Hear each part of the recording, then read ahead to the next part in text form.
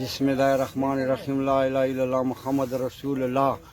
السلام علیکم سربوز بھائی ستړی ماشي خیر دی تاسو ټولو ته د مو غټ غټ سلامونه، ډیره شکریا. سربوز بھائی د عمران خان پارټي تو څنګه جوین کړ؟ عمران خان تو نه څنګه ګرون شو؟ بس عمران خان ته مودا ورته هغه د عمران خان پاتمونو سرونو پام کوي. زی په سړی وروتل عمران خان ته دا خبره کوم چې مو پی ټی آی ډیره خواخه ده او دې ته مو غړ غړ سلامونه وي.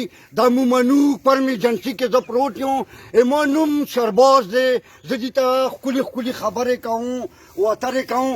دا د مونی فکر وکي، دا د تیمونو باندې فکر وکي، دا د ګډیانو باندې دغه باندې دغه مو خوشالو اول دې ته مو ډیر جلوسونه په پر می جنسي کې وکړلو او ته موټرون مو ونیو ته خبره مو وکړلې.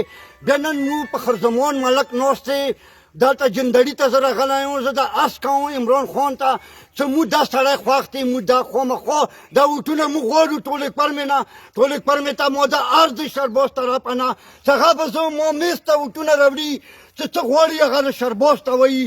ساره د ملک هغه ته مایي په خرزمان ته که په دغو ډریږي چې موږ غور نه کوي. چو لخته نہیں، چو ٹنکی نہیں، چو اوبه نہیں زه ذمہوار، چو روډ نہیں زه ذمہوار، چو بغیچه نہیں زه ذمہوار. دا به مو سګبته لګوي ته مو ته به ټول پنډي بوري خوشلایي. زه دوکې نه مانو. زه ملک زه نن هغه ته راغلی یم په خرزمان ملک حجرې ته. د مو ټولو ته عرض دی چې په خرزمان ملک به مو غریبانو د هاړې هار جوړیږي. ملک په خرزمونه ته څوره مطمئن سو خور غریب سے څوره مدد کوي. زه د ملک نه زه دوره خوشحال یم چې دا ډېر ښکلی ملک دی مو چې زه یو ملنګ یم هغه جوړ کړی یم. زه پلش کوم تڼۍ مخ ته هېڅ هغه مې نه کوم. هغه مو غونې ملنګانو باندې پام کوي، سلام کوي، کلام کوي. مو دا ټولو ته عرض دی چې تاسې به شرباز دپاره مو خونې ته به تاسې مو ته وټونه راوړو او د شنخطي به راته غورځوو. زمورا به ټوله په مو وایي. بیټ نه به ټپه وایي، ټپه به درته وایو. نیټ نه بیټ نه به درته ټپه وایو سپیشل.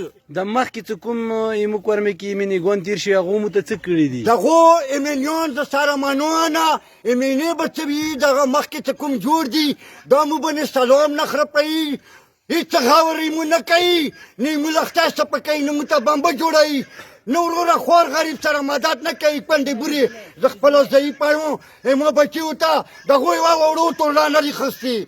زه بچي په پلشو ساتم. دا تاسو ته مار دی چې نن به ملک ته ټول ملک زنده باد په خرزمان.